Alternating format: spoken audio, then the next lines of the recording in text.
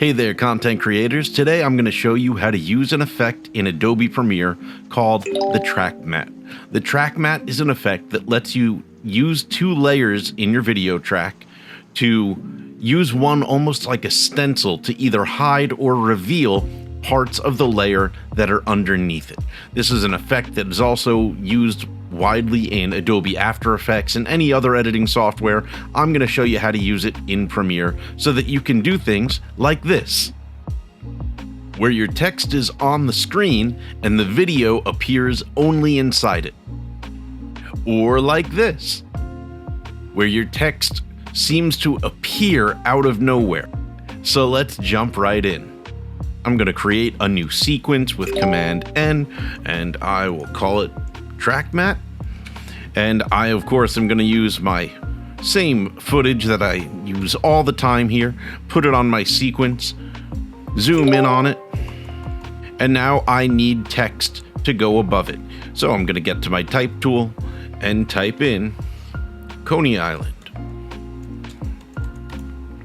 It does not matter what font you use, but I do recommend trying to use something that has block text. The bigger and thicker the text, the more that you can see through it. But of course, that'll be completely up to you. You can use any font you want, but the bolder and thicker the font comes out, the better, in my opinion. I'm going to align all this to the center just to make my life easy. Drag it out so it takes up my entire clip, and now all I have to do is apply my effect. I'm going to go to my effects window.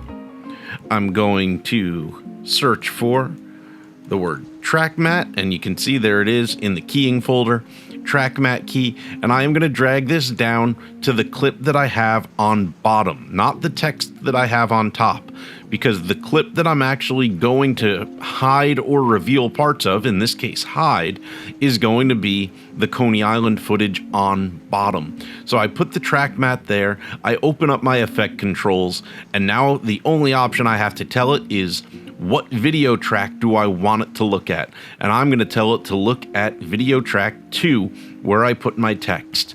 And just like that, now I only see that video where the text already existed.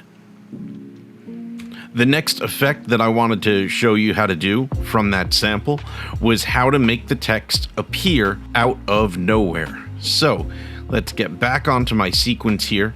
I'm going to take that Coney Island text and I'm actually going to copy it a little farther down. A quick way to copy and paste a clip from your sequence: hold down the Option key or Alt if you're on a PC and drag your clip and it'll automatically duplicate it. And I'm actually going to duplicate it twice, one on video track 1 and one on video track 2. That way I can make the Coney and the Island words change together. So what I am going to do, in order to make first the word Coney appear from beneath and then come upwards the same way it does here, where Coney doesn't exist at the beginning and then it grows upward, I am going to take this top layer, that'll be the one I use for Coney, and on top of that I am going to create a rectangle using my shape tool.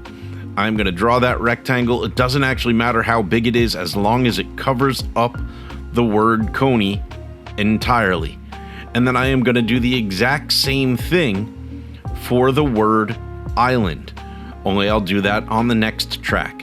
So I already have this rectangle covering up the word Coney. Rather than making a new rectangle, again, Option drag, and I've got another identical rectangle that I will now just drag downward until it covers up the word island. And now, just like I did before, I'm going to take that track matte effect, I'm going to drag it onto both of my text clips, and on the bottom one, that's my word island, that I wanted the matte to use video track 4. So I come up to my effect controls, go to my track matte, and tell it to use video track 4. Now I'm going to come to the video track 2. This is where I'm using the word Coney, and I'm going to do the same thing, but this one is going to use the rectangle on track 3. And now what happens is if I put a position slider on the word Coney, it only shows the word Coney when it's underneath that rectangle. So now I can use my keyframes, start a keyframe in the beginning. Maybe we'll make this go for just that long, add a new keyframe. And at the beginning, I want this to be off screen. And now when I hit play, the word Coney reveals itself from underneath. I want to do the exact same thing with the word island. So I'm going to line up my cursor right where that keyframe is. I'm going to click on the clip underneath, add a position keyframe there, go back to the beginning, and I'm going to make the word island go up out of frame. And now when I hit play, both words appear together. So those are two of the big effects that you can use with a track mat: having your video behind your letters or making your letters appear out of nowhere.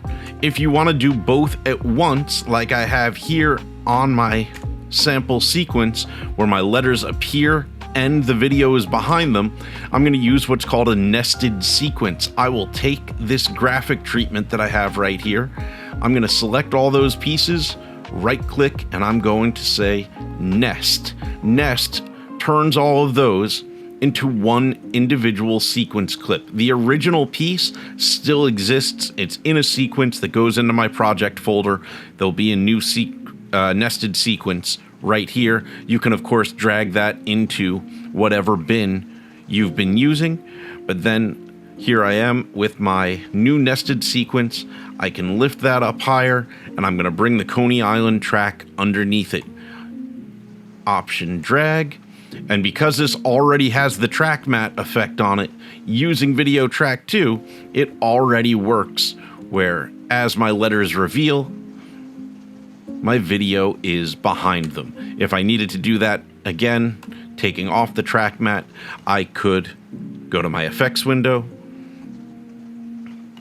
finding my track mat key, drag it on, and then tell it to use track 2.